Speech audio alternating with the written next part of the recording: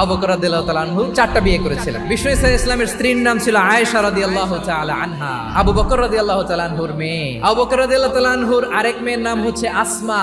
দুজনই আবু বকর রাদিয়াল্লাহু তাআলা আনহুর মেয়ে, এক মায়ের না, বাবা এক মা দুইজন। আয়েশা রাদিয়াল্লাহু তাআলা আনহার মায়ের নাম উম্মে রুমান, আর আসমা রাদিয়াল্লাহু তাআলা আনহার মায়ের নাম কুতাইলা বিনতে আব্দুল উজ্জা।